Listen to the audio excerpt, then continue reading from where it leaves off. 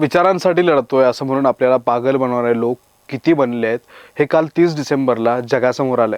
29 महापालिका निवडणुकीसाठी अर्ज भरायच्या शेवटच्या दिवशी महाराष्ट्रात विचारधारा संपून निवळ सोयीचं राजकारण उरलंय का असा प्रश्न पडतोय. कारण सत्तेतील लोकच एकमेकाच्या विरोधात उभे राहिलेत.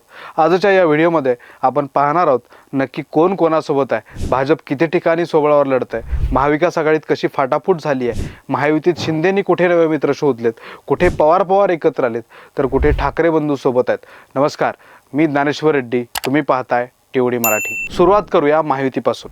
भाजप, एकनाथ शिंदेंची शिवसेना आणि अजित पवारांची राष्ट्रवादी हे तिघे राज्यात एकत्र असले तरी महापालिकांमध्ये मात्र चित्र वेगळं आहे. नंबर 1, अभेद्य महायुती. तिन्ही पक्ष एकत्र आहेत. राज्यात फक्त 4 अशा प्रमुख महापालिकांमध्ये हे तिन्ही पक्ष एकत्र लढत आहेत.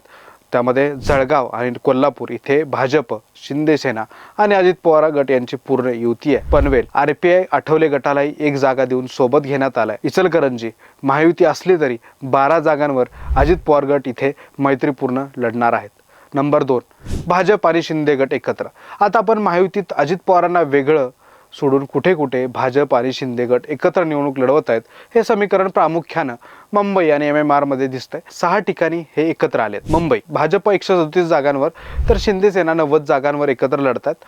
ठाणे, भाजप 40 आणि शिंदेसेना 97 जागा. कल्याण डोंबिवली, भाजप 54 तर शिंदेसेना 68 जागांवर सोबत आहेत.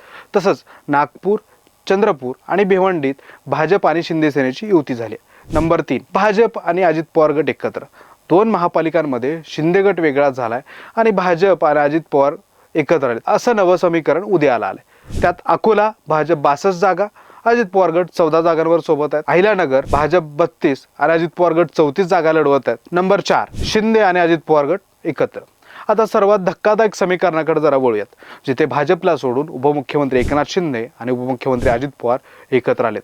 नाशिकमध्ये भाजप 122 जागांवर सोबळावर लढत असताना शिंदेसेनेने 97 जागा, अजित पवार गटाने 23 जागा अशी युती केली आहे. सोलापूर आणि धुळे या दोन्ही शहरांमध्ये भाजप विरोधात शिंदे आणि अजित पवार गट एकत्र आले. नंबर 5, पवार काका पुतणे एकत्र. राज्याच्या राजकारणातील सर्वात मोठा विरोधाभास म्हणजे पुणे आणि पिंपरी चिंचवड येथे भाजपला रोखण्यासाठी अजित पवार गट आणि शरद पवार गट एकत्र आलेत.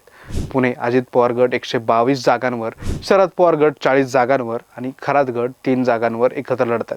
पिंपरी चिंचवड इथे अजित पवार गट 100 तर शरद पवार गट 18 जागांवर सोबत आहेत.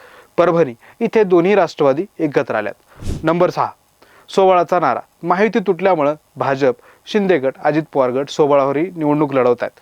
भाजप सर्वाधिक 12 महापालिकांमध्ये सोबळावर लढवत आहे. भाजप सोबळावर जिथं जिथं लढते त्यात पुणे, पिंपरी चिंचवड, नाशिक आणि उल्हासनगर यासह सोलापूर, सांगली, लातूर, परभणी, जालना, नांदेड, छत्रपती संभाजीनगर, अमरावती, नवी मुंबई आणि धुळ्यात भाजप एकला चलोरेच्या भूमिकेत आहे.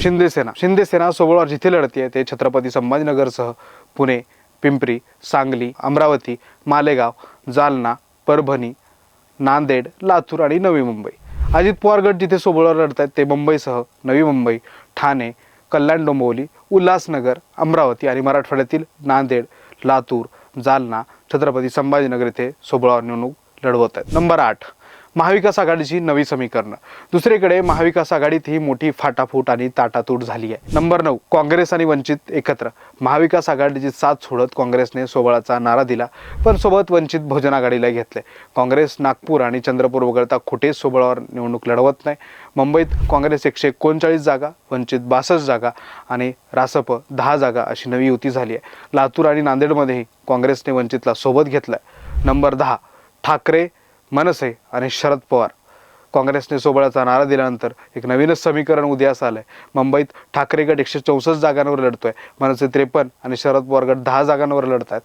ठाणे, ठाकरे गट 53 जागा, मनसे 28 जागा आणि शरद पवार गट 36 जागा. नंबर 11, ठाकरे बंधू एकत्र. ठाकरे बंधू एकत्र येण्याची चर्चा मुंबईत खूप होतीये, पण खऱ्या अर्थानं कल्याण डोंबिवलीमध्ये हे दोघेही एकत्र आलेत. कल्याण डोंबिवली येथे ठाकरे आणि मनसे एकत्र आहेत. नंबर 12, काँग्रेस ठाकरे बंधू एकत्र. पुणे आणि पिंपरी चिंचवड येथे काँग्रेस, ठाकरे गट आणि मनसे एकत्र आहेत.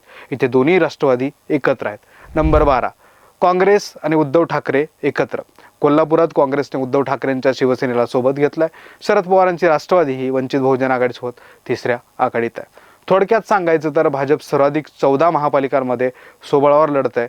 त्याखालोखाल शिंदे गट 10 तर अजित पवार गट 9 ठिकाणी सोबळ आजमावत आहेत. महाविकास आघाडीतील कोणताही पक्ष किंवा विरोधी पक्ष सोबळ आजमावत नाही.